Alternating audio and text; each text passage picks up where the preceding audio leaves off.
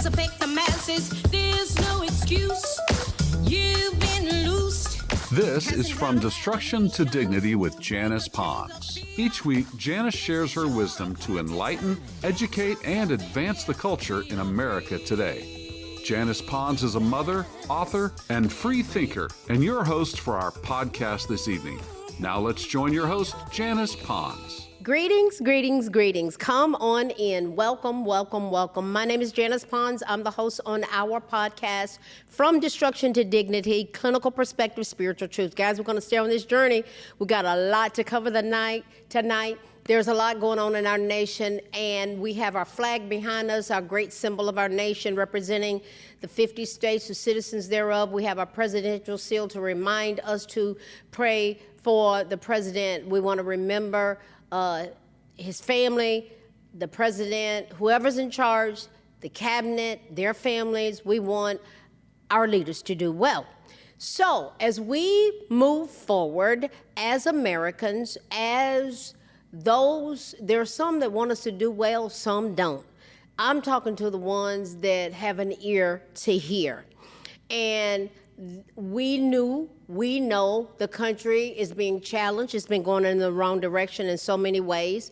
There have been gravy trains that have been stopped, and some people, that's a push that undergirds political parties and platforms and agendas, but it's been stopped and challenged, and everybody's not happy about it. So there are people that want to be in charge of America that want us to go back to the old way. There's a lot on the line. There's a lot at stake. So this demands and warrants our attention in terms of what are we going to do, guys? We need to examine something tonight, and we're going to talk about not growing weary. Not growing weary, and our clinical perspective is the power of focusing. Because if we're not going to grow weary, we got to focus. Many of our fellow Americans go on and on and on about how they can't stand Donald Trump and why they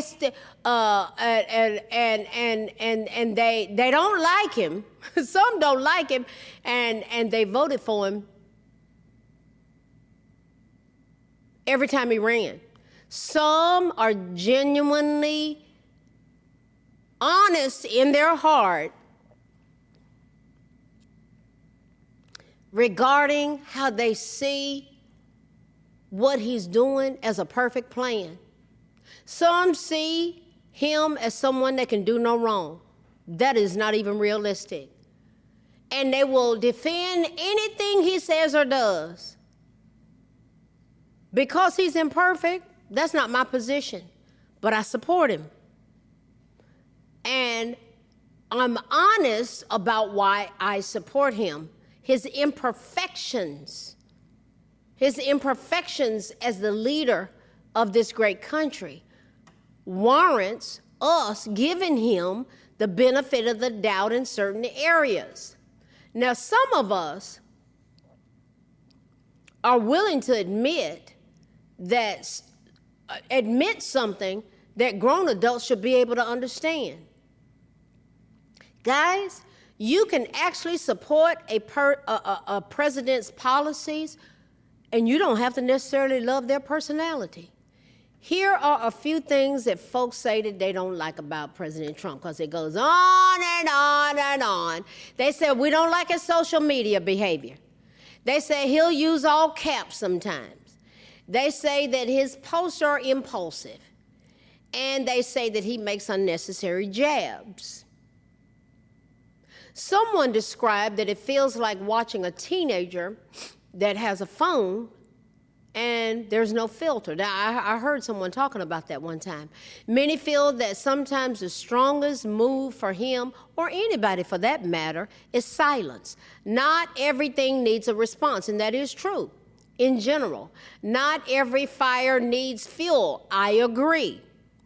If he mastered that, would it calm the Democratic Party down? If those things that I just laid out, if he mastered that, would it be enough to calm the Democratic Party down? Some believe that there is too much constant self-praise, and he pats himself on the back. He talks, I've heard him say about, this is the best job that's ever been done. No one's done this before. I can fix it. Well, he's done some things that haven't even been touched before. That's just being intellectually honest. So is it true, the things that I've laid out here? Is he the best? Is he fixing things that no one ever tackled before? Some just want others to tell them what's working. They want to know, show me the results. Show them the results. And in the midst of that, they forget about the flex, what's involved in getting results. Their criticisms that we are free to make, that's part of our constitutional right, freedom of speech. But can we say what needs to be said and then move on? Move on after we say what needs to be said. Listen, 10 or 15 minutes of dragging him out over and over and over again, particularly if he's working hard to improve the nation, it keeps chaos going longer than it needs to. And then we go to the next thing, and we go to the next thing, and we go, and there will be there's going to be a next thing. With all of that, this is why I support him anyway, even though there are the imperfections, even though he's not perfect.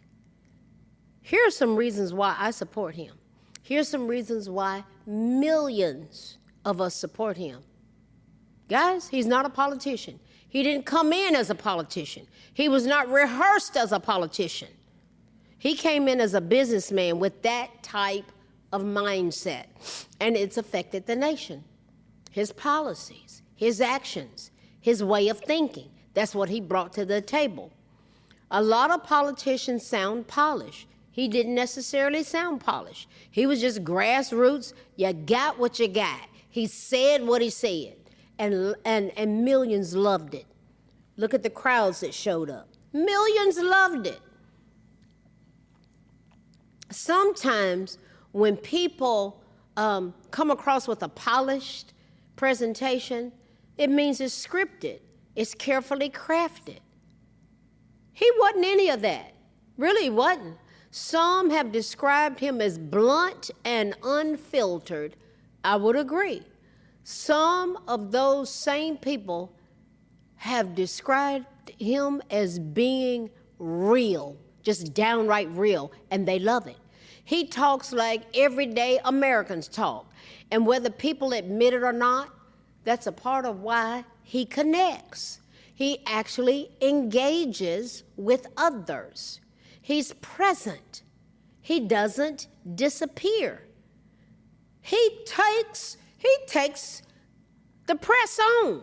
He takes them on. Just stand there spontaneously, going on and on and on. I've seen him do it for over an hour. Didn't even look down at notes because he's taking them spontaneously. Does he get combative? I've seen him get combative. Some love it and some don't. But one thing he does do, he keeps showing up. He keeps showing up. And people like that. And if we're being honest, guys, compare that to how often we saw Biden with this unscripted, bumbling, shaking at the air presentation. He could not handle challenging questions. Trump can. President Trump can. He has been able to. There's a clear difference in how each of them handled public scrutiny. Now, here's another thing that people like. He followed through on what he campaigned on. He had 20 promises. 20. If you go back and see what I posted on his birthday on Facebook, it was, when did he, Flag Day, June 14th, I think it was. I just laid out those 20 promises, they've all been fulfilled in a year and a half, less than a year and a half. He followed through on his campaign promises. This is a part that matters most to many voters. They don't care about personality, not necessarily delivery. They like execution, somebody that's moving towards the goal. He ran on border security. What did he do? He took action early on with the enforcement and policy changes. He ran on energy independence, prioritizing domestic production and deregulation. He delivered. He ran on lowering costs, pushed policies. He was pushing policies aimed at reducing regulatory pressure and increasing supply. He delivered. You may disagree with how he does it, but he does what he says he's going to do. And millions of people like that. That's rare. His core message was simple. It's always been simple. America first. America first. You can hate the tone, but the priority has been clear. Secure borders, strong economy, energy independence, national sovereignty, and public safety. I'll say it again. Here's the priorities, and they have undeniably been addressed successfully. Secure the borders. We've gone a year with no one being released into our nation from the border. He met with Mexico's president, and she put troops on their side of the border. Why wasn't that done during the Obama, Biden, Harris cabal? Because they wanted 10,000 people coming in here a day illegally to perpetrate their agenda. New voters, they're done with other voter blocks. I'm telling y'all, black folk, they're done with y'all. They don't care anything about you. They moved on long ago to illegal immigrants. It's easy to prove, but you don't want to deal with that. That's just being intellectually honest. Donald Trump secured the borders. It drives them nuts. He secured the borders. He worked on a strong economy, energy independence. Can you imagine us being the #1 exporter of oil in the world? Can you imagine that? National sovereignty, national security, and public safety. People in Memphis, Tennessee, people in Washington, D.C., testimony of little kids saying, it's so good to be able to come outside and play. Public safety. And that was the whole thrust with ICE. We're going to be right back there again with that whole part of the government being shut down, them not being funded. We're going to be right back there again in September before the election, thanks to the Democratic Party. President Trump doesn't apologize for putting Americans first. I love that. There are others of us that love it. And a lot of people, whether they say it out loud or not, they want a leader who does exactly just that. I don't support Trump because I think he's perfect. He's not perfect. He's rough around the edges. I can take it. It doesn't bother me. This is why folk support him, because they believe in the direction that he's been pushing. It's your right to disagree. The only reason people support him is because a lot of them are brainwashed. They just believe things that are not true. Some of us pay attention to policies, outcomes, and follow through. Policies, outcome, and follow through. And he's had it. And then he made decisions. And he locked down and moved forward. We love it.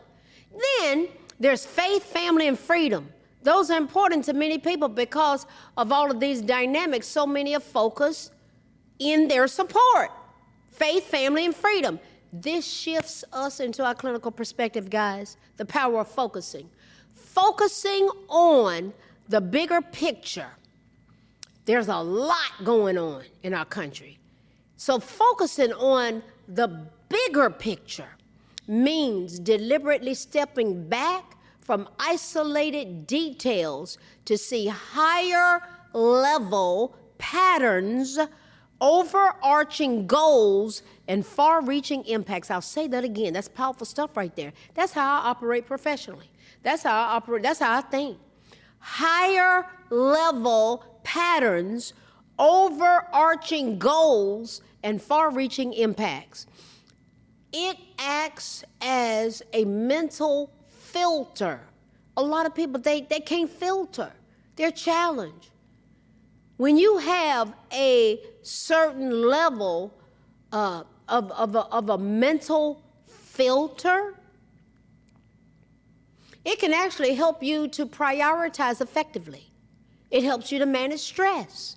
It can help you to ensure your daily actions align with your long-term vision. What is your long-term vision? Do you have one for your family? Do you have one for yourself individually? He has one for the nation. We love it.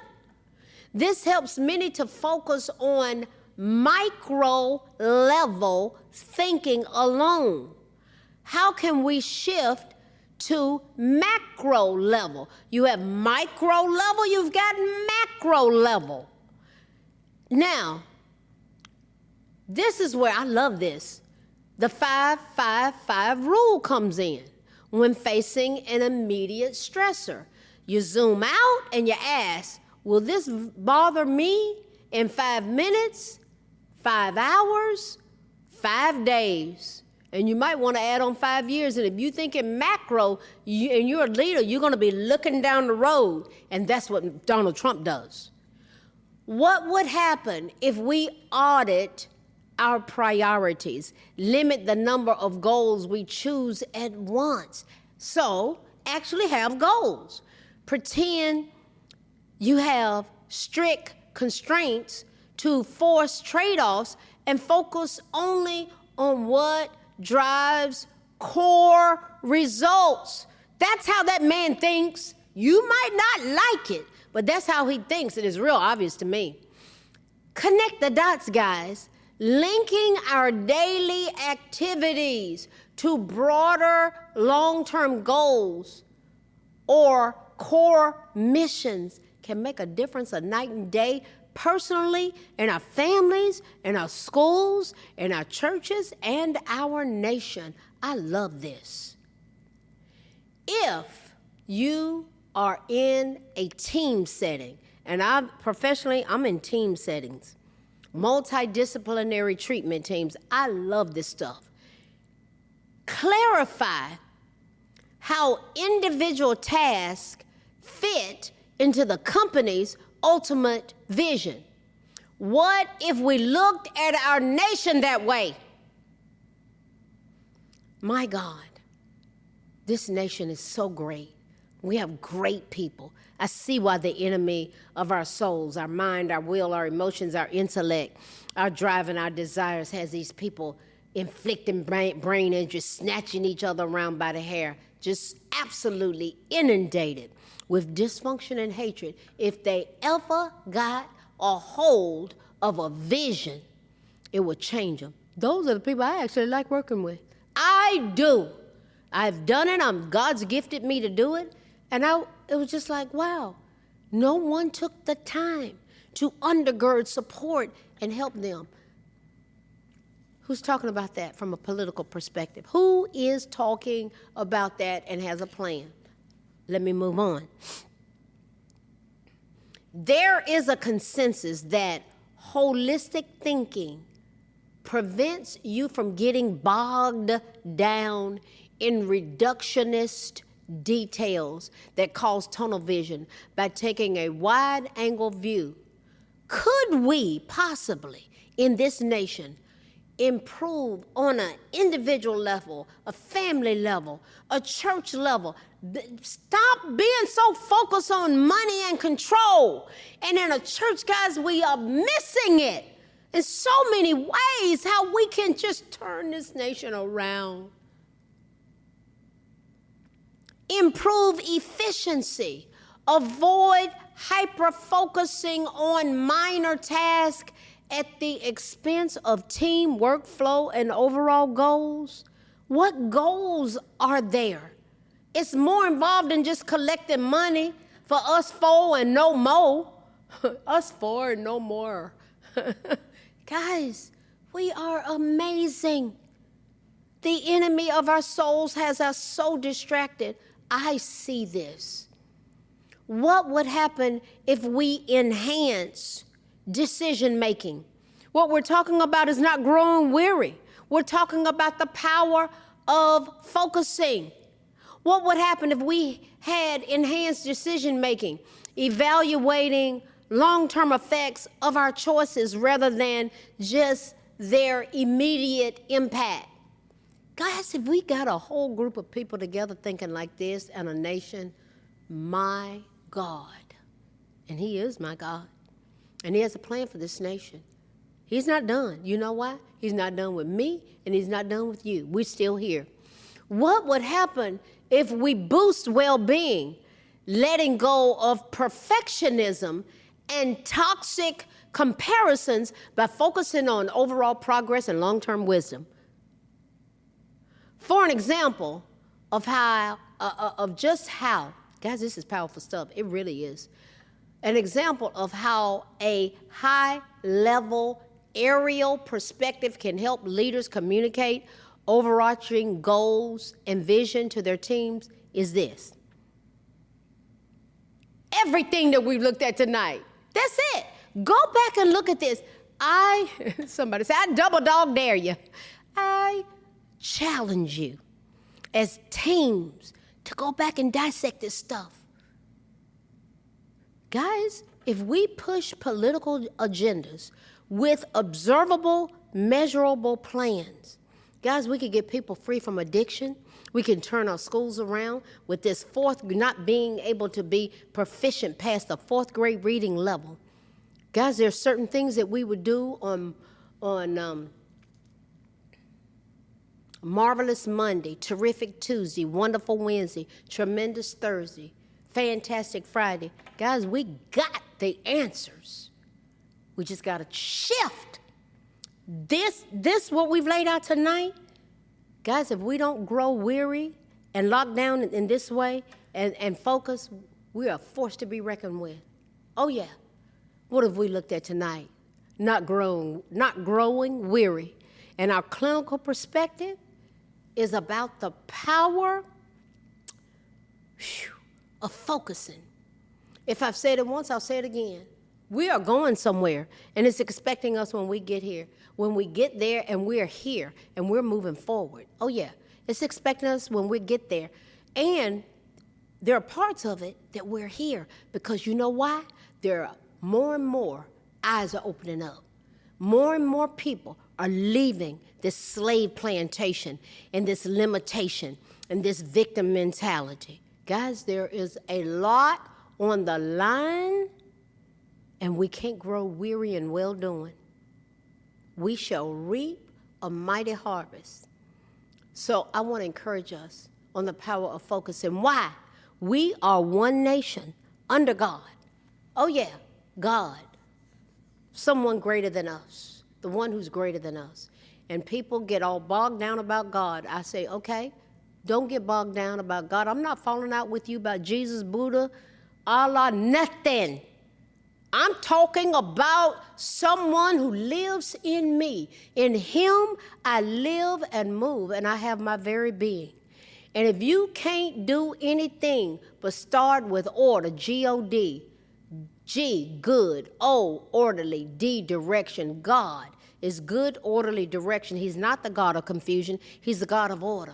Start there.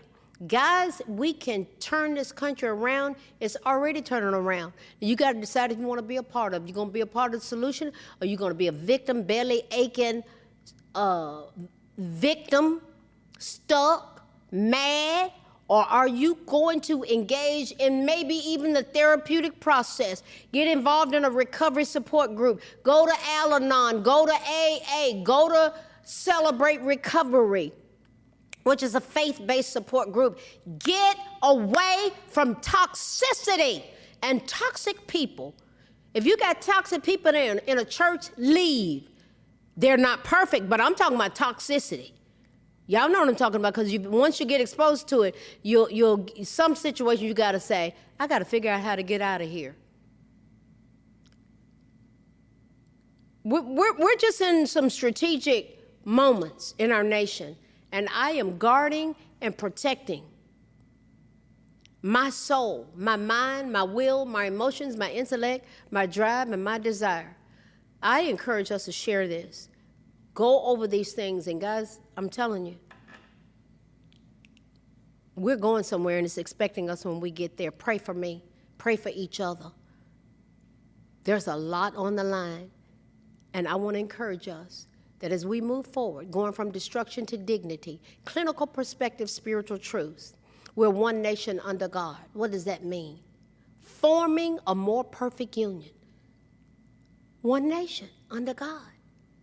You see our flag behind us? It represents us. You see our presidential seal? We need to pray for him. We need to pray for the families, the cabinet, because we are a force to be reckoned with. We're full of greatness. And we're going to keep dissecting these things in this community because we are well worth it.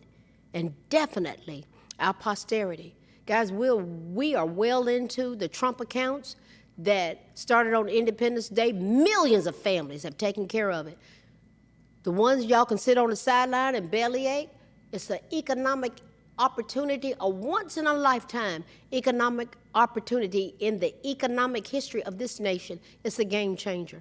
I'm so excited. I'll be glad when my grandchildren come forth because I'm going to invest. My heart's desire is to start a foundation that the families who don't have that, I can seed that money into their lives, but they have some criteria they got to meet. I want the report cards. There's certain things you're going to have to do. We're turning this nation around. You can't tell me we can't do it. Why? I'm here. Why? You're here. Why? We have solution-focused problem solvers. Guys, let's dissect these things and keep coming back because we're well worth it. I will see you guys next week. Good night. Thanks for listening to this week's episode of From Destruction to Dignity with Janice Pons. Janice's mission is to provoke thought, bring awareness, and point people towards intervention when needed. As a reminder, this show is not therapy, but for educational purposes only. For more information, check out JanicePons.com or follow her on social media. We are one power, strength is ours, liberty, been set free, education, affirmation, dedication, information, revelation.